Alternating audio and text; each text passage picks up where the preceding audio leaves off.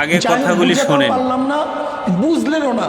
আমি মুসলমান, ইসলামের বাইরে যাওয়ার কোনো সুযোগ আমার নাই, কোনো সুযোগই নেই। এই মসজিদ পছন্দ হয় না, আর এক মসজিদে যাও। ওই মসজিদ পছন্দ না, আর এক মসজিদে যাও। এই মাদ্রাসা পছন্দ না, আর এক মাদ্রাসায় যাও।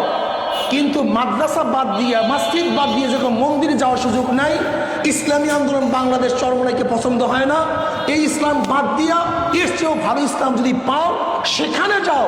জামাতে ইসলাম কি ইসলাম? জামাতে ইসলাম উনি শামসুল ইসলাম, উনি হলো দিন ইসলাম। যেমন দিন ইসলাম না ডাকলেই সেই ইসলামের দিন হয় না, শামসুল ইসলাম নাম ডাকলেই ইসলামের সূর্য হয় না, জামাত ইসলাম নাম রাখলেই ইসলামিক দল হয় না। কি কথা ঠিক না? স্পষ্ট কথা ওলামায়ে কেরাম বলছে, জামাতে ইসলাম সেই ইসলামিক দল না। জামাতে ইসলাম শুধু ইসলামিক দল না, আল্লাহ পাক রব্বুল আলামিন বেশি চালাক হওয়ার কারণে এবং গিবত শেখাত বেশি করার কারণে আল্লাহ পাক রব্বুল আলামিন মানুষের অন্তর থেকে ওদের মহাব্বত উঠায় দিচ্ছে।